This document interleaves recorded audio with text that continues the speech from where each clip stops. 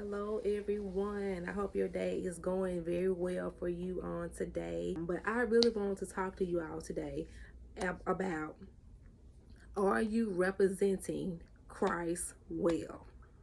Are you representing Christ well? The Bible tells you things that you're not supposed to be doing. So if you're doing those things and you're supposed to be representing Christ, then you are not representing Christ well. Just for example, I'll just throw out there before I get into the message. The Bible tells us to dress in modest apparel. There are some that is not wearing modest apparel and they are representing Christ. If it's in the Bible, that is how you are supposed to represent him. Okay? If you're not supposed to be doing it, don't do it. If you represent Christ, don't do it. You have to, if you want to represent him, represent Christ well, okay? And that is what this message is about on today. Because there are people that represent God, but their heart is far from him. And God warned us of this in Isaiah 29:13. The Lord says, "These people come near to me with their mouth and honor me with their lips, but their hearts are far from me. Their worship of me is based on merely human rules they have been taught." Which tells us that if your worship is not coming from the heart, it is not accepted by God. If you're participating in anything in church, you consider yourself to be a Christian and follower of Christ. You are very active at the church, but you have a man living with you that is not your husband. You are having sex before marriage. You're doing things against God, and it doesn't bother you that you are living in sin. That is not representing Christ well. Your heart is far from God if these things are okay with you. And let me say this, I am not perfect. I haven't been there, done that, did that, and that, okay? But at some point, you have to like buckle down and be like, okay, God, I give my whole life to you, okay? But your heart is far from God. And you may have your moments of being godly. 2 Timothy chapter 3, 5 through 7. Having a form of godliness, but denying the power thereof. From such turn away. For of this sort are they which creep into houses and lead captive silly women laden with sin, led away with diverse lusts, ever learning and never able to come to the knowledge of the truth. When it comes time to do things at church, be active, but outside of church, you're gambling, drinking alcohol, you're at the club, you're fornicating, you're dressing provocative, you're doing drugs, you're doing all kinds of things, and the list goes on. But your life has to match the you in church as well, okay? Otherwise, like, you're double-minded, you're unstable in all your ways. Not my words, but this is the words from James chapter 1, verse 8. But you have developed a dangerous habit of being double-minded, and it has put you in a comfort zone, leaving you comfortable in your sins, which means that you don't care if you are on the outside. Like, you don't care if you're double-minded. You just don't care. But God sees who we are in church and outside of church, and he takes note of both. Nothing is hidden, y'all. God sees everything. Like, we cannot hide anything from him. The other day, my 6-year-old asked me, does God ever sleep? And I said no. And she said, he doesn't get tired? And I said, I don't know. I'm sure he does, because you remember in the Bible, the Bible verse where it says that he rested after he created the world. And she said, yeah, I remember. But still, he sees everything, the good, the bad, the ugly of you. If there is anything to see, he is going to see it. So our lives have to match who we are at church as well. And not only are you double-minded, but lukewarm also. And God does not want us to be lukewarm either. Revelation chapter 3, verse 16. So then, because you are lukewarm and neither cold nor hot, I will vomit you out of my mouth. These are the words of God. He said this. If you are lukewarm, you ain't cold, you ain't hot. Cold is you with the devil. Hot, you all the way for God, okay? And if you are cold, he gonna vomit you. He is not gonna have no dealings with you because you don't know what you want to do. You on both sides. Meaning God don't want nothing to do with you at all. You straddling the fence. You got one foot in heaven and the other foot in hell, but you don't even realize it. But all of your soul is going to be in one place or the other. Okay? So, are you sold out for God or are you sold out for the devil? How are you representing? How are you representing? You have to ask yourself that. How are you representing? You play in this dangerous zone for a long time, years, and God gives you grace upon grace. So that's why you keep on doing what you're doing, because of the grace. But you don't know when it's going to be your time to leave this earth. And unfortunately, y'all, we don't live forever. And, you keep playing, but God will wash his hands with you and be done with you. If you want to keep doing this, your heart is for God on Sundays, but the rest of the week, it's not. Like, we can't live like that. Where's your heart for God that you should have while you're out there and in the church building? God is not playing by this. Church isn't about entertainment and fashion. When are you going to buckle down and get really serious about this? Hell is a real place. It's not a makeup place. It's not make-believe. It's not a fairy tale. If God doesn't approve of it as a Christian, you should not either. Okay? It's called having the heart of God. And what is so concerning is that the way people call themselves Christians that supposed to be representing Christ, as if he is this person that accepts any and everything, and he does not. He does not. That's not who he is. And this comes from people not reading the Bible. They don't read the Bible like they should. They don't know what is acceptable of them or not.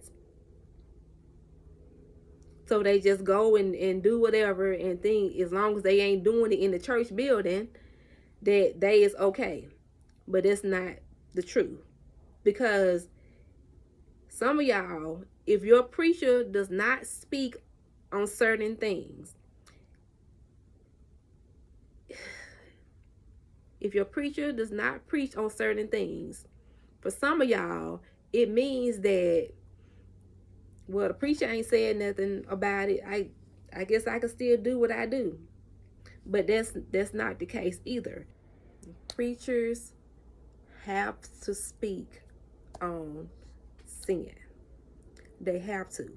Because if not, it's hurting the members. Because they look at what the preacher is preaching about and they be like, well, if he's not preaching about it, then okay. Then I guess the preacher okay with it. He ain't said nothing.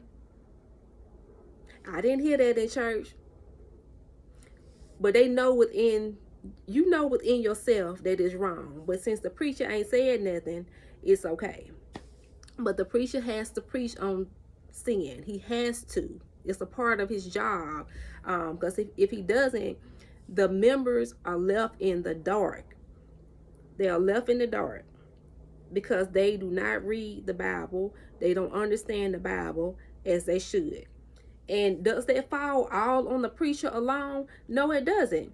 You are supposed to study to show yourself approved by God, a workman who need not be ashamed, rightly dividing the word of truth. Okay? You can't be in front of God saying that, well, the preacher said or the preacher never said. No, that's not going to work. You are responsible for studying yourself. And if you have tried to read the Bible and you don't understand the Bible, you're going to have to ask God to help you understand it. But please don't base it off your own understanding, because we are not supposed to be doing that either. Proverbs chapter 3 verse 5, trust in the Lord with all your heart and lean not on your own understanding. I think that's the first part of that verse. But you mess up when you lean on your own understanding. You need God to hold you up. You need God to help you understand the Bible. You cannot do it on your own. You're gonna mess it up. You're gonna have all kinds of interpretations. Our brains sometimes, alone without God, tend to interpret things the wrong way. It's God who gives us the understanding. That's if you want to understand or to try to keep without that's if you want to understand or try to keep using the same excuse. Well, if I don't read the Bible, then it don't apply to me because I didn't read it. I didn't see it. I ain't heard nothing like that ever in my life. But you can't hide that, because God knows if you've heard it before. He knows if you know that what you're doing is wrong. He knows that. Okay? So that's not going to work with you saying that. A change shouldn't come over you just when you hear a certain song at church or the atmosphere has shifted at church. And then when you leave church, you are immediately back to being a heathen. Your heart is what God searches. And if your heart is on fornication, if your heart is on gambling, if your heart is on whatever sin that it is, you have to redirect and get back on the right path. Sometimes we do steer left, but you have to get in the habit of pulling yourself back toward God. He is the safety net. You have to get into the habit of being more for God than you are against God. Like, there can't be no against God in you, none whatsoever. You got to be all for God. So we get so comfortable, but you have to like break some stuff off of you, because after all that time of doing things not of God, it seems like God is letting you get away with it. You've been fornicating for 20 years. You've been drinking for 10 years. All this time, ain't nothing happened. Seems like everything all good. But God taking note of all of that. He's taking note of all of that. So I just really need you all to think about that, because He sees everything. He sees everything. So you have to break the habit. And you have to see it as a habit. You have to see your sin as a habit that needs to be broken. So you don't want to get to the point where you have no desire of breaking that habit of sin. That's a horrible place to be with God. And some of y'all come to church Sunday after Sunday to get that temporary fix, but act up for the rest of the week until Sunday comes again, and then you got some get right in you for a few hours on Sunday. That ain't gonna work either. Because you being fake and phony. You being fake and phony. Okay? I had this friend that I just knew was a real Christian. So I thought, and I get over her house, and there is alcohol in the fridge. She's treating me and my kids so ugly and nasty. I never expected anything like that. This was years ago, y'all. It's already happened. I'm over that. I've forgiven her for that. I don't know what was going on with that situation, but it was a immediate switch.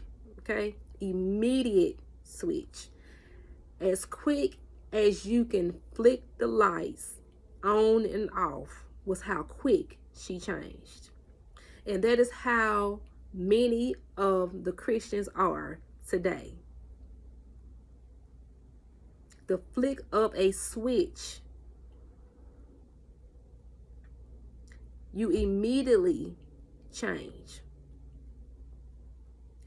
You're all good and loving and kind and respectful. And yes, I do this. Yes, I do get that. Oh, I'm all for the Lord. I love Jesus. Then outside of church, you is just a horrible mess. You're a horrible mess. And you have to accept that you are a horrible mess. You have to accept that you are a horrible mess.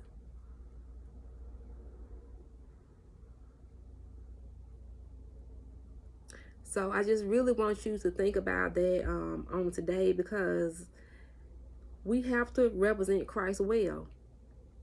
It's not all about just showing up at church on Sunday or Bible study and then that's it. And this message right here ties so much into what was talked about on at Bible study yesterday. He said that when it's not a church day, they're off. They're not Christian then. They turn it off. And this is what this message is about. That was like God giving me confirmation for this message right here. And he does that a lot. Yeah, but we got to always be Christian, y'all. We got to always be Christian. And even if we do things, that's not godly, we got to make that right.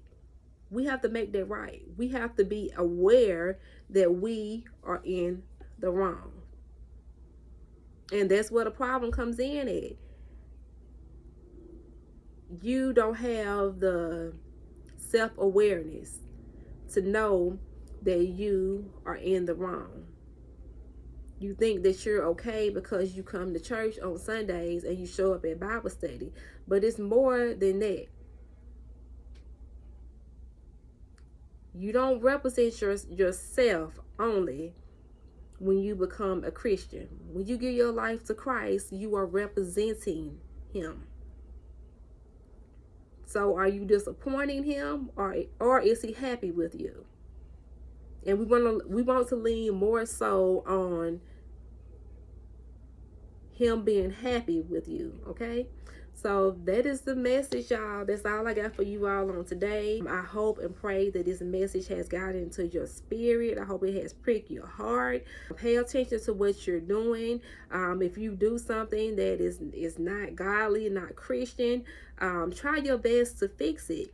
If there are some things about you that you are not even aware that you're doing, but other people are pointing it out to you, then obviously it's something. So you need to be asking God for self-awareness.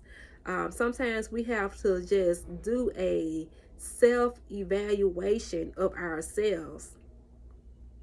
Ask God to allow you to see yourself. And majority of the time, it's going to be some stuff that you ain't going to like about yourself. You're not going to believe that you got sloppy drunk. You ain't going to believe that you was so deep in fornication. When God started revealing yourself to you,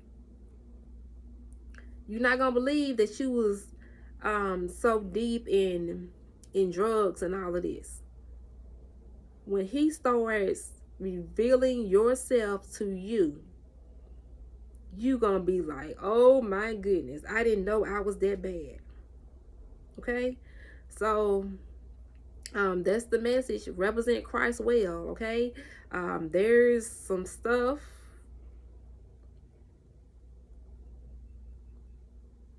I'm not gonna go there.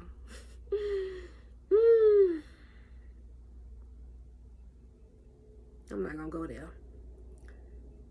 But I will say this: